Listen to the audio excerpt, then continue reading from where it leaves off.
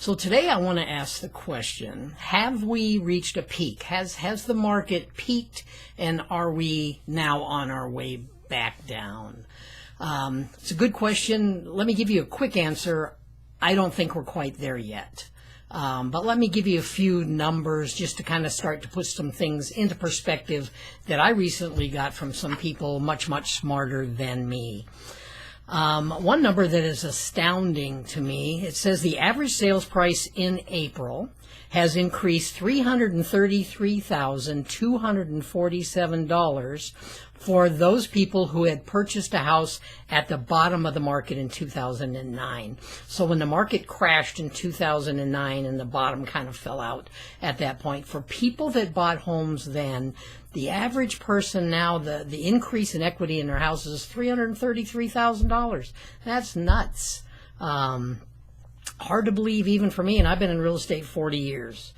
The other thing that's a little bit mind-blowing is the average sales price has increased $75,000 on a home just over the last year.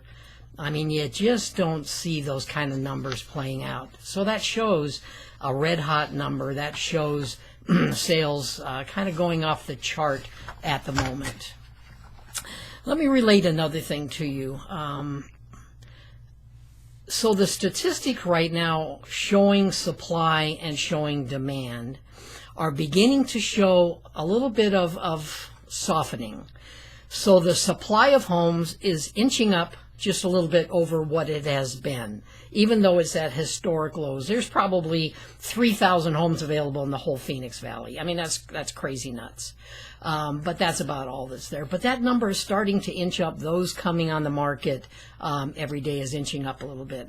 What's inching down also is the demand. As more and more people are maybe even getting priced out of the market, are staying in their homes, have now found the home they were looking for, as some of that demand is lessening, you're seeing that number drop down. Now, let me put it in perspective. It's like having a stove and turning it on high, and now we've turned it down to maybe 9. So instead of high, we're on 9.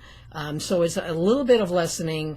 It might start to tell a story that we may be starting to go down to a leveling off.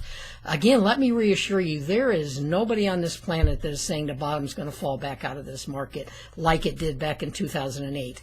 There are so many differences between this market and that market that you can't even compare the two. So I wanted to bring that information to you, kind of say, have we hit a peak yet? I'm not sure we have, but I think we're hitting a little bit of softening that may start to signal something coming down the road. But to be frank, it could be a year before we see things really starting to level off, where it's more of a level playing field between buyers and sellers, where we're not seeing houses go 30, 40,000 over asking price and getting 20 offers for every house that goes on the market. So I hope you found this helpful. If you have any questions, leave them in the comments for me.